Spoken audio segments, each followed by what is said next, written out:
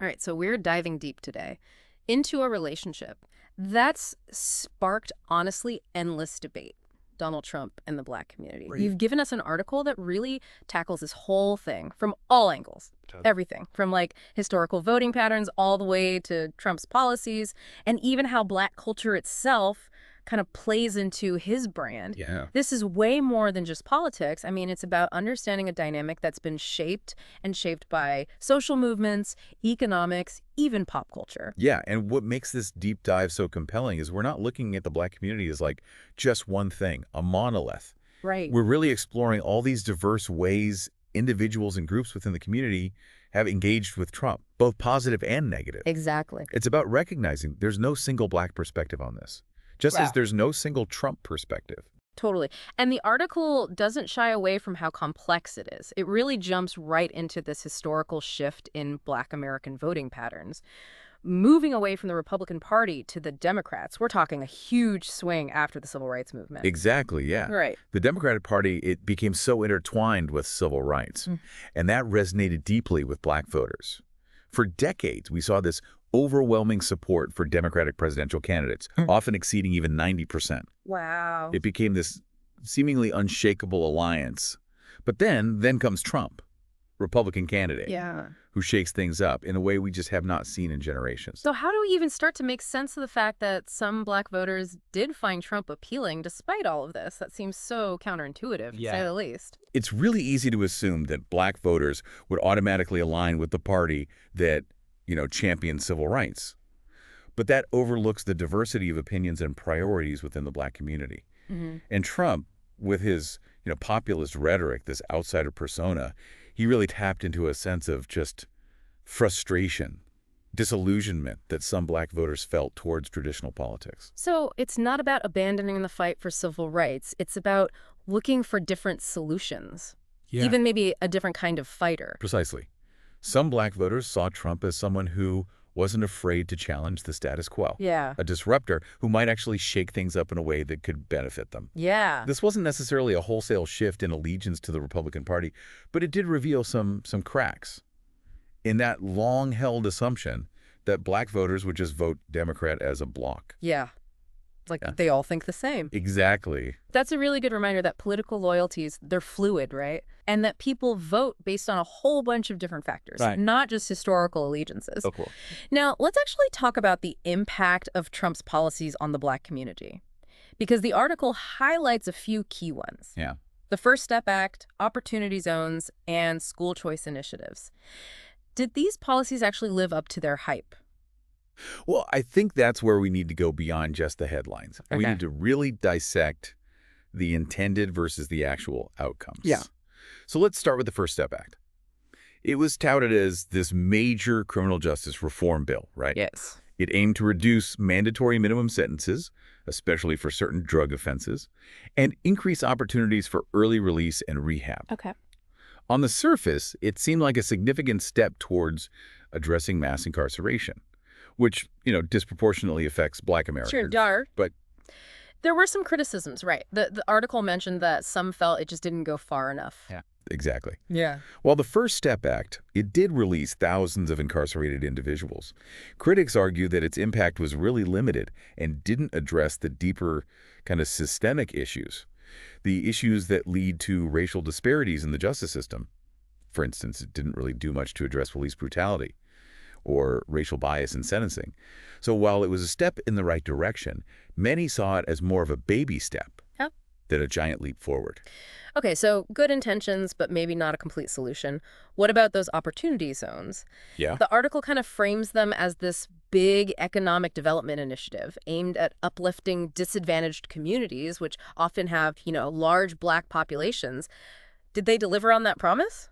Well, opportunity zones, they poured billions of dollars into designated low-income areas, hoping to attract businesses, create jobs, and really stimulate economic growth. It sounded very promising, especially for communities that had been historically neglected by investors. But I'm sensing a but coming. Well, the results have been very mixed. Some studies actually do show that opportunity zones did lead to increased investment and job creation. But critics argue that the benefits didn't always trickle down to the residents themselves. There's evidence that some opportunity zones actually experienced gentrification, pushing out longtime residents as property values and rents increased. So did these opportunity zones end up benefiting wealthy investors more than Black residents they were supposed to help? Yeah.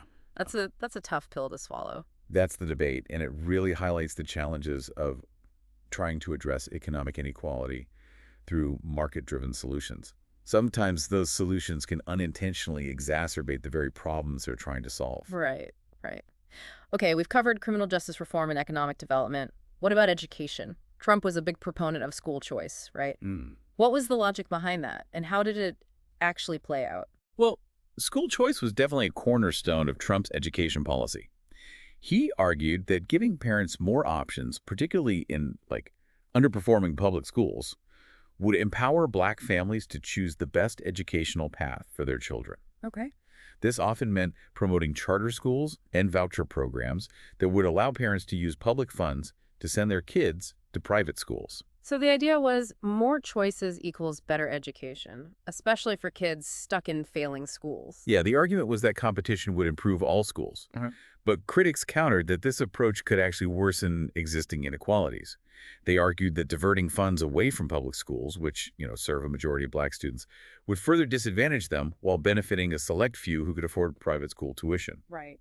Or navigate the complexities of, charter school lotteries.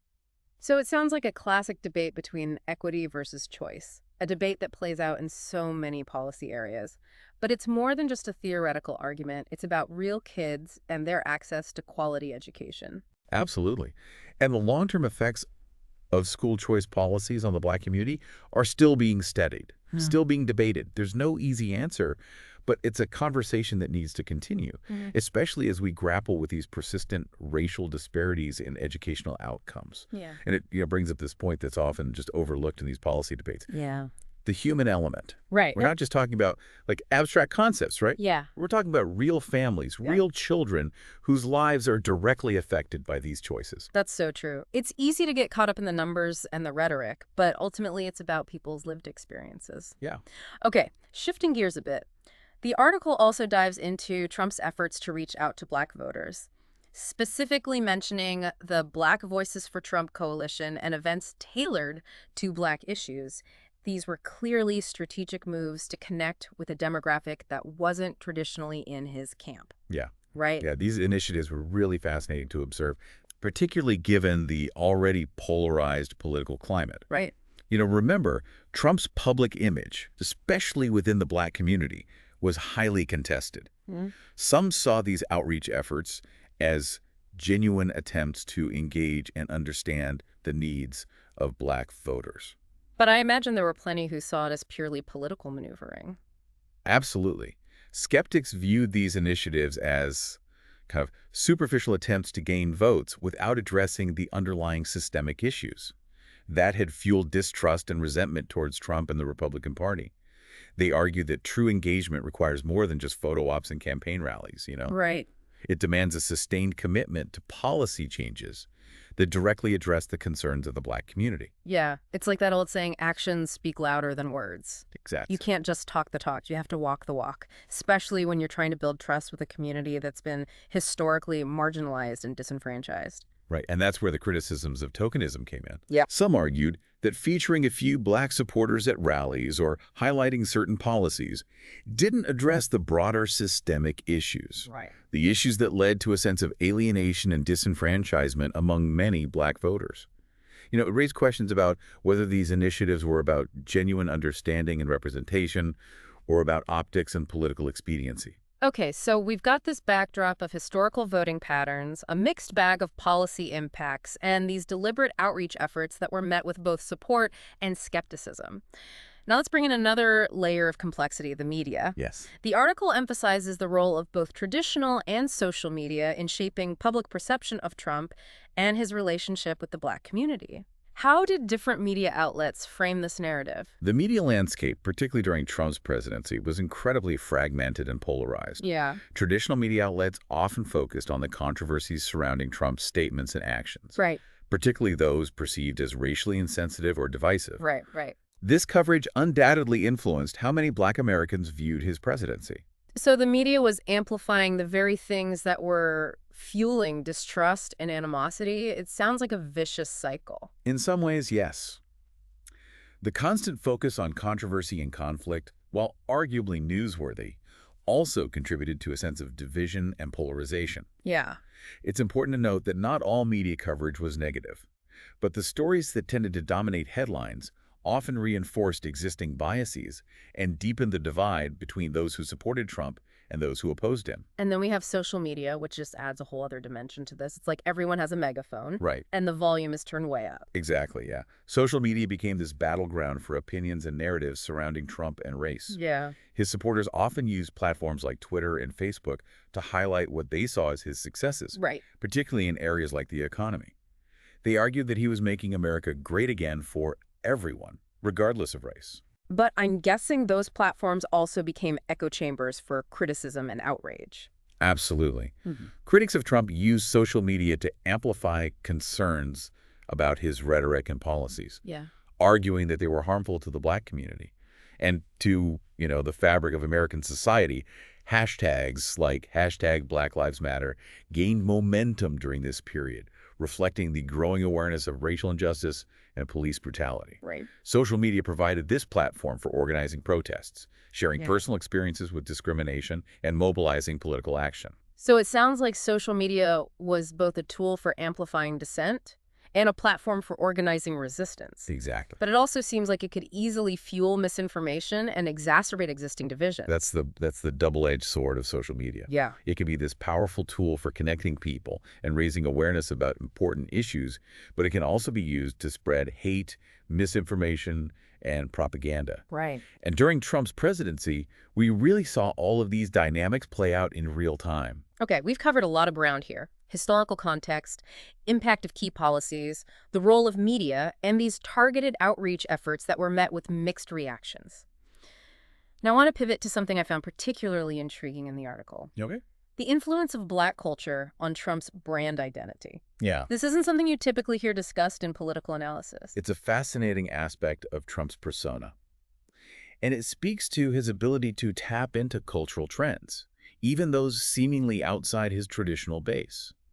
Throughout his career, he sought to align himself with Black entertainers and athletes, Right. leveraging their cultural capital to enhance his own image. The article specifically mentions Kanye West and Lil Wayne. Yeah. Can you unpack those examples a bit? Sure. How did these collaborations work, and what was the reaction? Well, these collaborations were very strategic, very calculated, Yeah. often generating significant media attention. In Kanye West's case, he met with Trump during his presidency, expressing support for his policies and ideas. This association, though controversial, undoubtedly brought Trump a level of, cool within certain circles, Yeah. especially among younger audiences familiar with Kanye's music and influence. Lil Wayne also made headlines when he met with Trump and expressed support for his criminal justice reform efforts. So it's like Trump was using their star power to appeal to a demographic that might not otherwise be receptive to his message. Exactly. By aligning himself with these culturally influential figures, he's able to kind of tap into their fan base and potentially soften his image among Black voters. Yeah. It's a savvy marketing tactic, even if it sparked debate about authenticity and exploitation. It's interesting how these collaborations played into Trump's brand image. He often presented himself as this outsider, a disruptor who challenged the establishment. Did these associations with Black cultural icons reinforce that image? Absolutely. It reinforces his image as someone who wasn't afraid to break the mold, defy expectations. Yeah. These collaborations were unconventional, unexpected, which, generated buzz and controversy. For sure. Whether you loved it or hated it, you couldn't ignore it. And for Trump, that was often the point. So it's like he was using the shock value of these collaborations to disrupt the political landscape and grab people's attention. Did these tactics ultimately work? Did they help him win over Black voters? That's a complex question. It's difficult to measure the direct impact of these cultural collaborations on Black voter behavior. Ultimately, voters make decisions based on a multitude of factors, including their personal experiences, economic circumstances, and perceptions of the candidates. Fair enough. But it's clear that these collaborations were part of a broader strategy to reach out to Black voters and shift perceptions of Trump and the Republican Party. Right. And it's a strategy that reflects the evolving political landscape, where cultural influence and media savvy play increasingly important roles in shaping public opinion. It's no longer enough to just have the right policies or the right message. You need to be able to connect with voters on a cultural level and navigate the complexities of a fragmented media environment. It really highlights how politics and culture and even marketing, they're all kind of tied together. Yeah, It's not just about appealing to voters, like rationally, but also tapping into their emotions, right. their sense of identity, their aspirations. And it raises these fascinating questions about authenticity in politics. Yeah. Can a candidate genuinely connect with a community that's so different from their own? Right. Or is it all just like a performance, Yeah. just a calculated attempt to win votes? Well, speaking of winning votes, let's talk about the 2020 election. The article points to a pretty significant surge in Black voter turnout that year. What factors do you think contributed to that surge?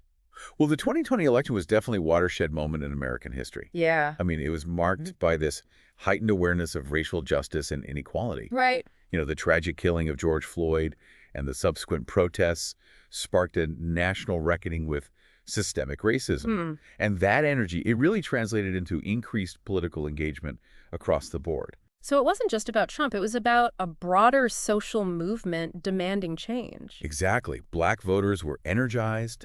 They wanted to make their voices heard, not just on issues of race, but also on things like healthcare, education, economic opportunity, all the things that impact their daily lives. The article cites data from the U.S. Census Bureau showing a pretty significant increase in Black voter participation.